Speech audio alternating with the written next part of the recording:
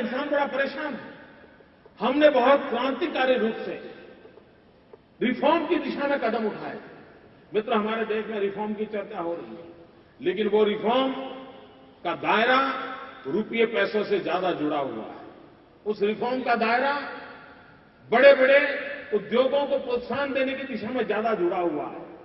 मित्रों, सच्चे अर्थ में रिफॉर्म की प्राथमिकता हो तो रिफॉर्म की प्राथमिकता ग्रामीण व्यक्ति के लाभ के लिए कौन से रिफॉर्म हम कर रहे हैं, उसकी कठिनाइयों को दूर करने के लिए रिफॉर्म का हमारा रास्ता क्या है, हमारी पुरानी घिसी पीटी व्यवस्थाएं जो कालबाह्य हो चुकी हैं, उसको गांव के लोगों को मुक्ति मिले, उसके लिए हम क्या कर सकते हैं। इस पर अगर जितना हम बल देंगे उतना, और उसमें सबसे बड़ी रुकावटें होती है रेवेन्यू के कानूनों में, और रेवेन्यू कानून बदलने में लोग डरते हैं बहुत, क्योंकि वो 200, 300 साल पुराने कानून पड़े। उन कानूनों में बदलाव चाहिए। हमारे यहां एक टुकड़ा धारा था, टुकड़ा धारा। हमारा किसान इतना परेशान था कि उसका जमीन का एक छोटा टुकड़ा है, क्योंकि बेटे के बेटे जमीन बढ़ती गई, भाइयों में जमीन के टुकड़े होते गए, चाचा मामा में टुकड़े होते गए, छोटे छोटे टुकड़े रह गए। अगर वो टुकड़ा जमीन बेचना चाहता था तो नियम यह था कि बगल वाला जो किसान है उसी को उसको देना पड़ेगा, किसी और को नहीं दे सकता। और बगल वाला उसका एक्सप्लॉइटेशन करता था। 10 रुपया बाजार में चलता था, वो कहता था 8 रुपया दूंगा, और वो बेचारा उसको रखे तो भी बेमतलब था, बेचे तो भी बेमतलब था। अब ये कानून के कारण था। हमने उस टुकड़ा धारा को समाप्त कर दिया, और उसका जमीन का टुकड़ा वो जिस किसी को बेचना चाहता है बेच सकता है। उसको कलेक्टर की परमिशन लेनी पड़ती थी, कोई लेने की जरूरत नहीं, तुम उसके मालिक को जो करना है करो। और उसके कारण वो चाहता था वो मूल्य आज उसको मिलने लगा, उसकी मजबूरी गई।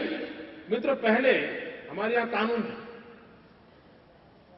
कि परिवार में पिताजी ने अगर भाइयों को जमीन बांटी, बहनों को बांटी, बच्चों को बांटी, तो उसका भी रजिस्ट्रेशन करवाना पड़ता था। और रजिस्ट्रेशन का भी टैक्स इतना होता था, कभी 10,000, कभी 15,000, कभी 12,000।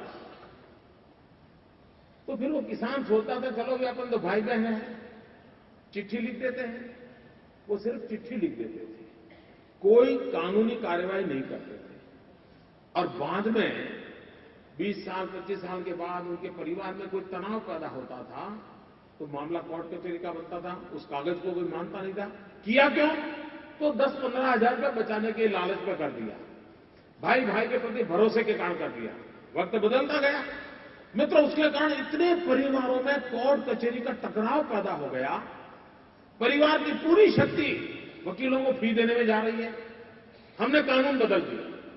हमने कहा कि अगर रक्त का संबंध है, एक ही रक्त के संबंध में जमीन ले बेचनी है तो आपके टैक्स वो नहीं देना पड़ेगा, सिर्फ 100 रुपया फी दे दीजिए, आप अपनी जमीन बदल सकते हैं। सारा काम कागजी हो गया, सारा काम कागजी हो गया। अब परिवारों के अंदर कोई दुविधा नहीं रही। मित्रों, बहुत तेजी से डेवलपमेंट हो रहा है।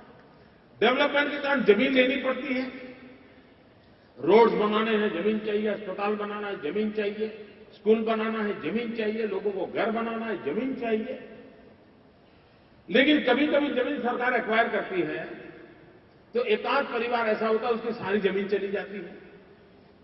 अब वो बेचारा जाएगा कहां?